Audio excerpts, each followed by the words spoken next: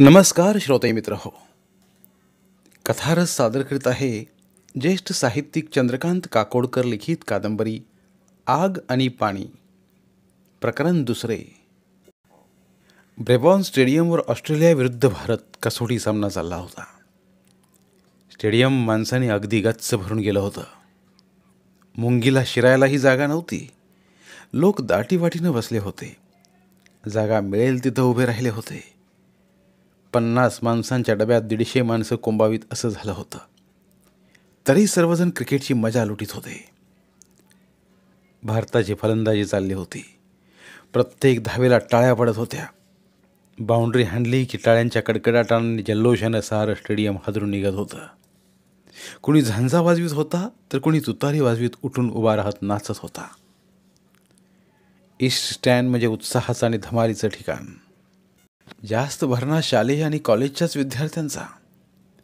खेळ निरुत्साही चालत असला तरी त्या भागात मात्र सारखी धमाल चालू असायची.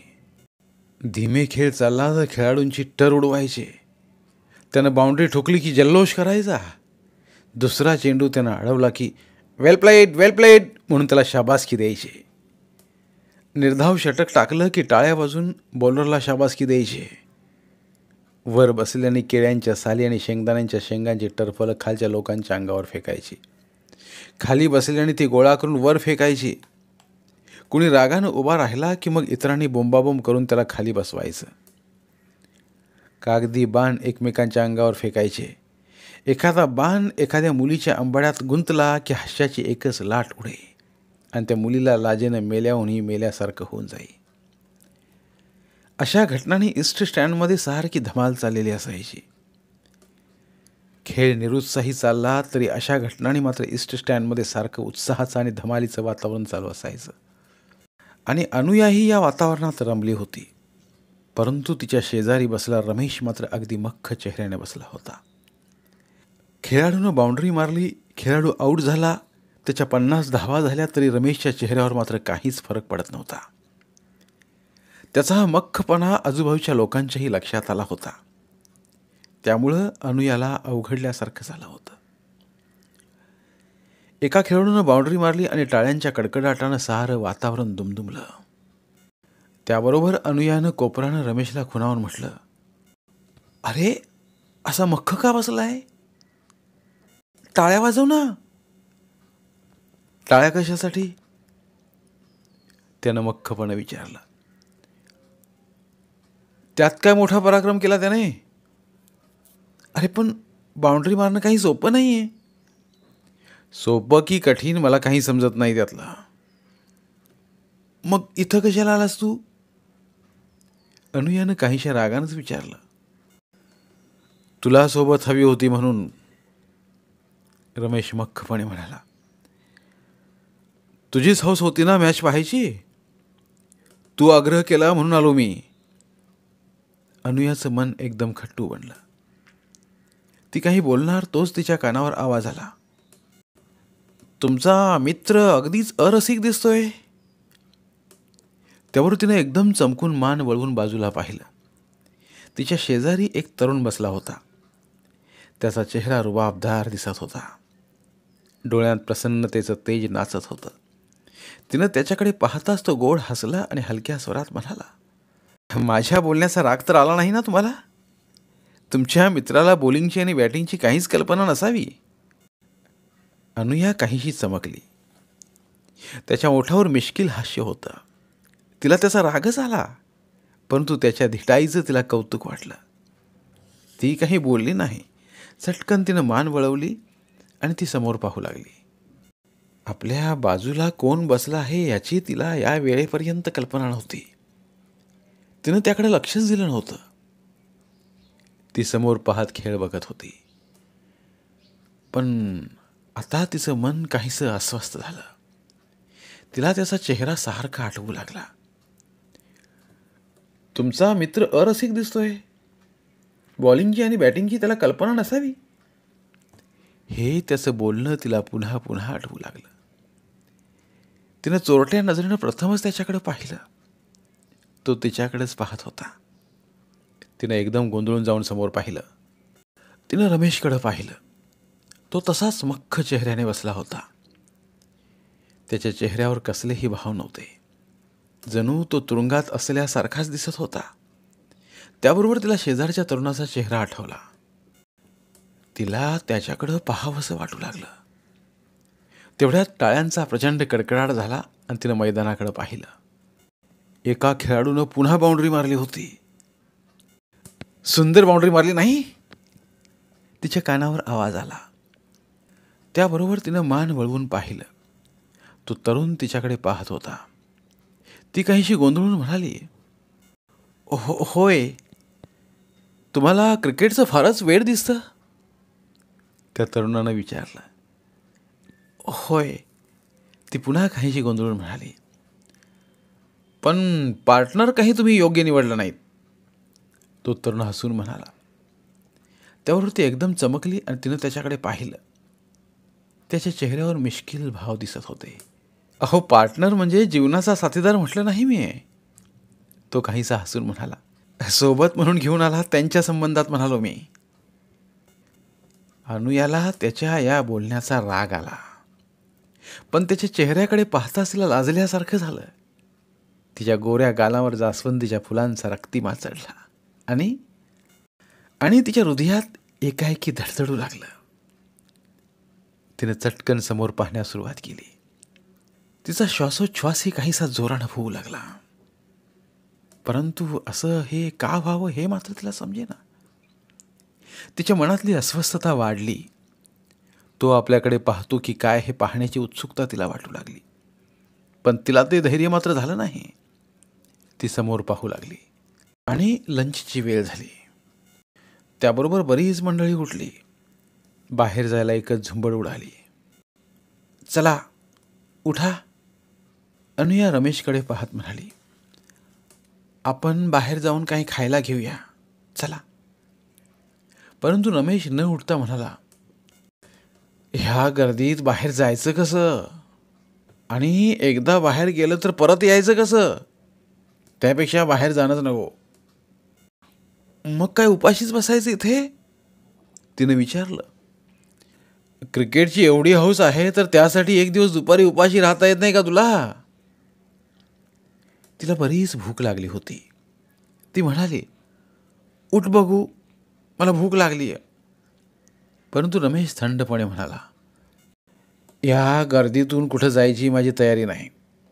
तुला जायचं असेल तर तू जा एकटी. एकटी? अनुया स्वतःशीच म्हणाली. त्या गर्दीतून वाट काढीत एकटं जायचं आणि परत यायचं म्हणजे एक मोठं दिव्यच होतं. गर्दीत कुठं ती हरवली तर? तिच्या अंगावर भीतीनं काटाच उभा राहिला. पण पोटात कावळे कोकलत होते. हे बघा, तिच्या कानावर आवाज आला. त्याबरोबर तिने वळून पाहिलं. तो तरुण तिच्याकडे पाहत होता. ती काहीशी गोंधळून गेली.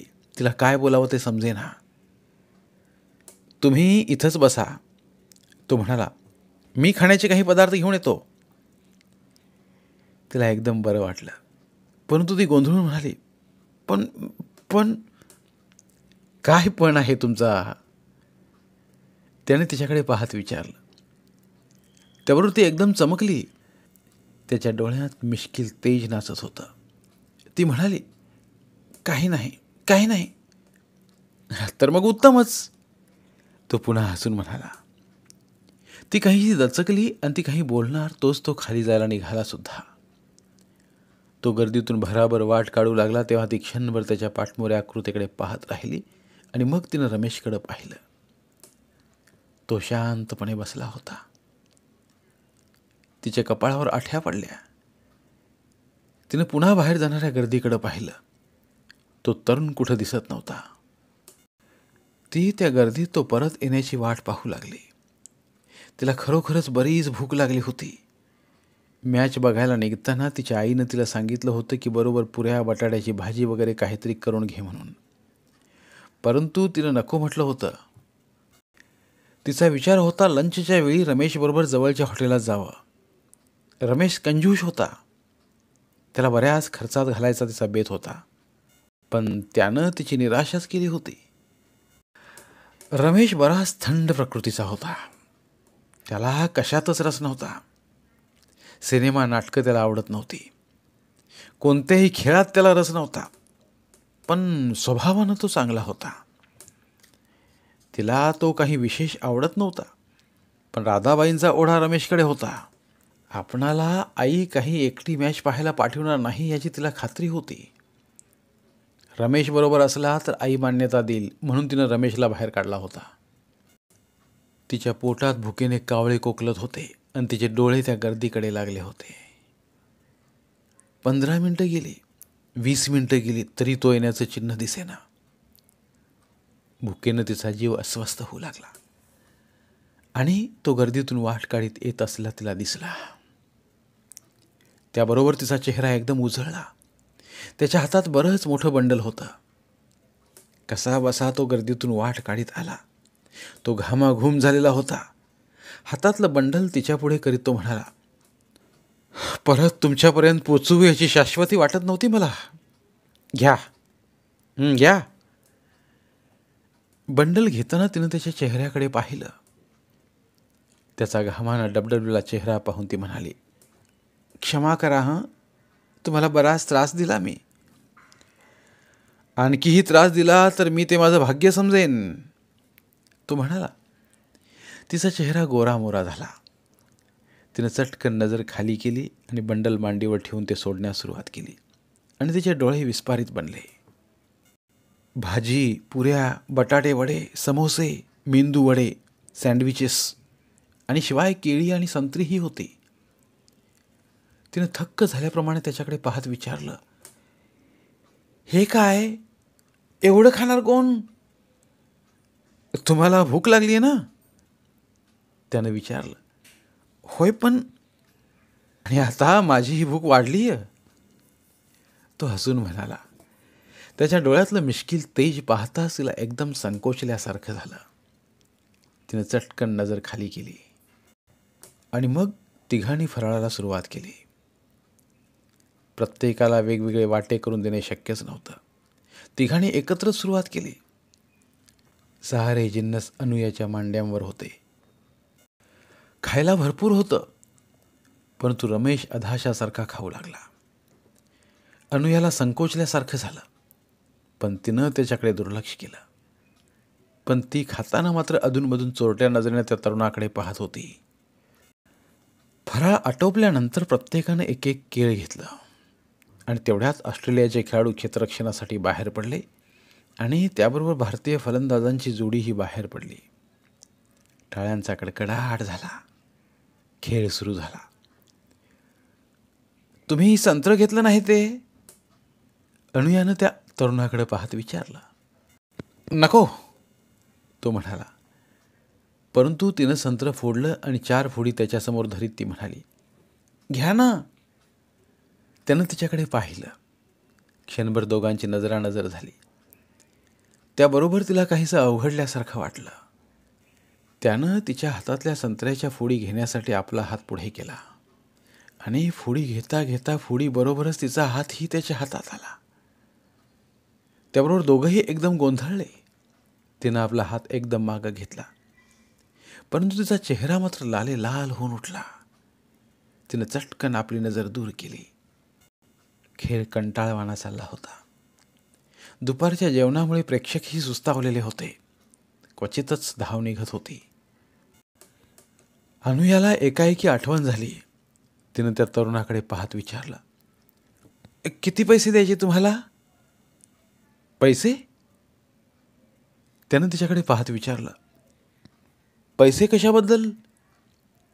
ती काहीशी गोंधळून म्हणाली, तुम्ही खाण्याचे पदार्थ आणले ना त्या. म्हणजे तुम्ही मला कोणी हमाल समजता की काय? त्यानं विचारलं. ती अधिकच गोंधळून म्हणाली, नाही नाही, तसं नाही. पण तुम्ही पैसे खर्च केले ना आमच्यासाठी. तुम्हाला उगाच भुर्दंड कशाला?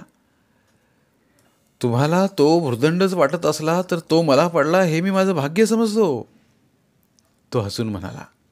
ती काहीशी भांबावून जाऊन म्हणाली, पण पण पण तो तिला अधिक बोलू न देता म्हणाला, पण तुम्ही मगाशी सांगितलं नाही का की तुमचा काही पण नाही म्हणून? तिचा चेहरा एकदम गोरामोरा झाला. डोहातल्या पाण्यात तरंग उठवून चोचीत मासोळी पकडून फडफडत निघून जात होते. हे सकाळचं मनोहारी दृश्य पाहतच अण्णा स्वतःशीच एकाग्र झाले. त्यांच्या मनातल्या अथांग डोहात विचारांचे तरंग उमटले. आम्ही कोठून कोठवर आलो. ऐन जवानीत महात्मा गांधींच्या विचाराने प्रेरित झालो. स्वतःला करेंगे या मरेंगे चळवळीत झोकून दिलं. मोर्चे, आंदोलने सुरू केली. त्या आंदोलनांचं नेतृत्व केलं. ब्रिटिश पोलिसांच्या लाठीमारानं घायाळ झालो. त्याचवेळी देशाच्या स्वातंत्र्यासाठी देशाबाहेरून नेताजी सुभाषचंद्र बोस यांच्या नेतृत्वाखाली आझाद हिंद सेनेचा सशस्त्र लढा सुरू होता. तर देशात सुद्धा बंगालपासून महाराष्ट्र आंध्रापर्यंत अनेक ठिकाणी सशस्त्र लढा देणारे क्रांतिकारक तयार झाले होते. त्या लढ्यात अनेकांनी हौतात्म्य पत्करलं होतं. एका बाजूला अहिंसेच्या मार्गाने चाललेली महात्मा गांधींची चले जाव चळवळ, ब्रिटिशांबरोबर चाललेला असहकाराचा लढा, तर दुसऱ्या बाजूला त्याच गोऱ्या सोल्जरांविरुद्ध लढणाऱ्यांचा रक्तरंजित स्वातंत्र्यासाठीचा सशस्त्र लढा. यातील आपण कोणता मार्ग स्वीकारायचा म्हणून आपण द्विधा मनस्थितीत सापडलो होतो. अंगातल्या तरुण रक्ताला सशस्त्र क्रांती खुणावत होती, तर गांधीवर प्रेम करणारं मन गांधीजींच्या मार्गानेच ओढत नेत होतं. एक दिवस ईश्वरपूरच्या मोर्चात आपण आघाडीवर होतो. तिरंगा फडकवून भारत मातेच्या घोषणा देत मोर्चा एक एक पाऊल तहसील कचेरीच्या दिशेनं सरकत होता. पुढं संगिनी सरसावून ब्रिटिश पोलिसांची बंदूकधारी फौज एका ओळीनं उभी होती. काय घडणार हे कळत नव्हतं, तरी पण आपण निशस्त्र आहोत. आपला लढा शांततेनं सुरू आहे. मग आपल्यावर पोलीस कशापायी जुलूम करतील असा विश्वास वाटत होता. पण घडलं भलतंच. घोषणा देत शांततेनं समोर आलेल्या मोर्चावर पोलिसांनी लाठीमार सुरू केला. अनेकांची डोकी फुटली, माणसं घायाळ झाली, पण पाठीमागे हटली नाहीत. आणि मग बंदुकांच्या फैरी झडल्या. आपल्या डोळ्यां देखत आपण आपले 3 सहकारी तडपडून मरताना पाहिले. त्याच वेळी आपल्या मनात ब्रिटिश सत्तेविरुद्धच्या सुडाची ठिणगी पेटली. त्या ठिणगीने माझ्या हाती शस्त्र दिलं आणि पुढे पुढे मीही भूमिगत राहून एका सशस्त्र क्रांतिकारकांच्या लढ्याचं नेतृत्व केलं. गोऱ्यांच्या अनेक पोलिसांना यमसदनाला पाठवलं. लढा अखंड सुरू राहिला. एक दिवस देशाला स्वातंत्र्य मिळालं. देशावर नवा सूर्य उगवला. आपलं एक काम संपलं असं समजून आपण नव्या राजकारणाकडे पाठ फिरवली. स्वतःला समाजकार्याला बांधून घेतलं. गावात गोरगरीब रयतेसाठी पहिली शाळा सुरू केली. शाळेचं हायस्कूल झालं. त्याच मार्गावर पुढे कॉलेज उभं केलं. शिक्षण संस्था फळाला आली, पण लोकांच्या जीवनमानाचा प्रश्न होता. शेती उजाड होती, म्हणून कृष्णेवर लिफ्ट इरिगेशनची योजना उभी केली. त्यातून रानं हिरवीगार झाली. ऊसमळे उभे राहिले. त्यातूनच गावाच्या पडीक माळावर एक साखर कारखाना उभा राहिला. तिथं एक नंदनवन फुललं. अनेकांच्या हातांना काम मिळालं. माणसं समाधानी झाली. राज्यात अनेक प्रश्न उभे राहू लागले.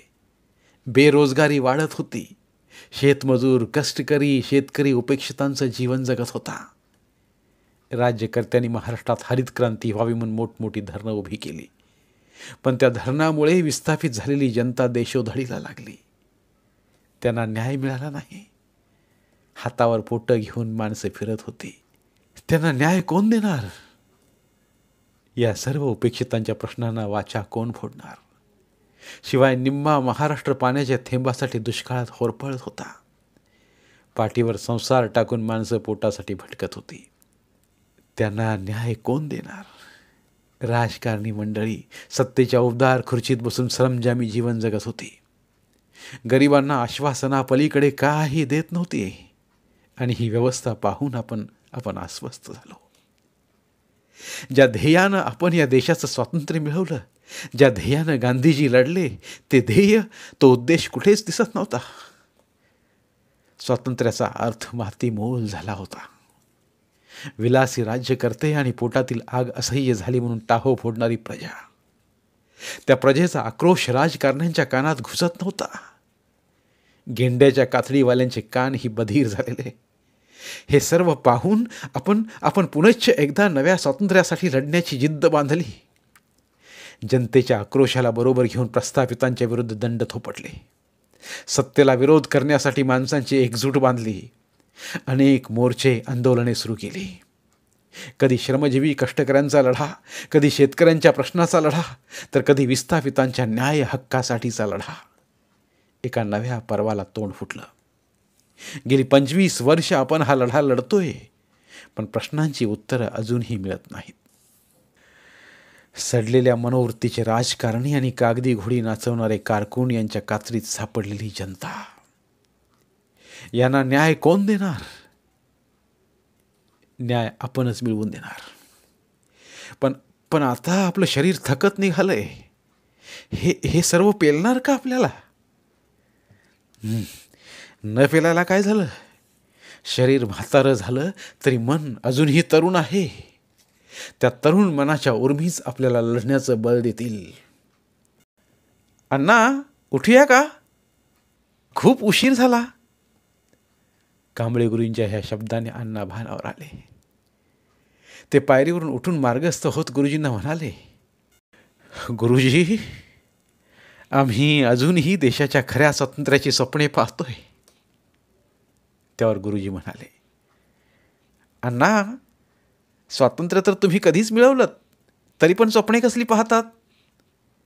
आगतिकतेनं हसून अण्णा म्हणाले, गांधी बाबांचं स्वातंत्र्य या देशातल्या श्रीमंतांच्या फायद्याचं झालं. स्वातंत्र्य त्यांना मिळालंय. तळातल्या उपेक्षेचं जीवन जगणाऱ्या माणसांच्या पायातल्या दारिद्र्याच्या शृंखला आज देश स्वतंत्र होऊन 40 वर्षे झाली तरी तुटल्या नाहीत. आम्ही नुसताच त्या स्वातंत्र्याचा विचार करतोय. अण्णांच्या बोलण्यावर गुरुजी निरुत्तर झाले. ते काहीच न बोलता त्यांच्याबरोबर चालत राहिले. अण्णाही मौन धरून शाळेपर्यंत आले. गुरुजी, मी थांबतो म्हणाले. ते शाळेसमोर आले. अण्णा खाली मान घालून पुढे निघाले. अण्णांचे विचार ऐकून अवाक झालेले गुरुजी क्षणभर त्यांना पाठमोरे पाहत जाग्यावरच थांबले आणि उद्गारले, खरंच हा माणूस वादळ वाऱ्याशी झुंज देणाऱ्या पहाडासारखाच उत्तुंग आहे. धन्यवाद. उर्वरित कादंबरी पुढील भागात. धन्यवाद. प्रिय श्रोते मित्र हो, आपल्यासाठी एक आवाहन. आमच्या चॅनलच्या प्लेलिस्ट विभागात तुमच्यासाठी शेकडो कादंबऱ्यांचे ऑडिओ बुक्स उपलब्ध आहेत. तिथे प्रत्येक कादंबरीचे सर्व भाग एकत्रित मिळतील. त्यामुळे सध्या सुरू असलेल्या क्रमशः कादंबरीच्या पुढील भागासाठी वाट पाहण्याची गरज नाही. तुमच्या वेळेनुसार तुम्ही संपूर्ण कादंबरी सलगपणे ऐकू शकतात आणि साहित्याचा आस्वाद घेऊ शकता. कृपया आमच्या चॅनलच्या होमपेजवर जाऊन प्लेलिस्ट चेक करा आणि तुमची आवडती कादंबरी निवडा. धन्यवाद.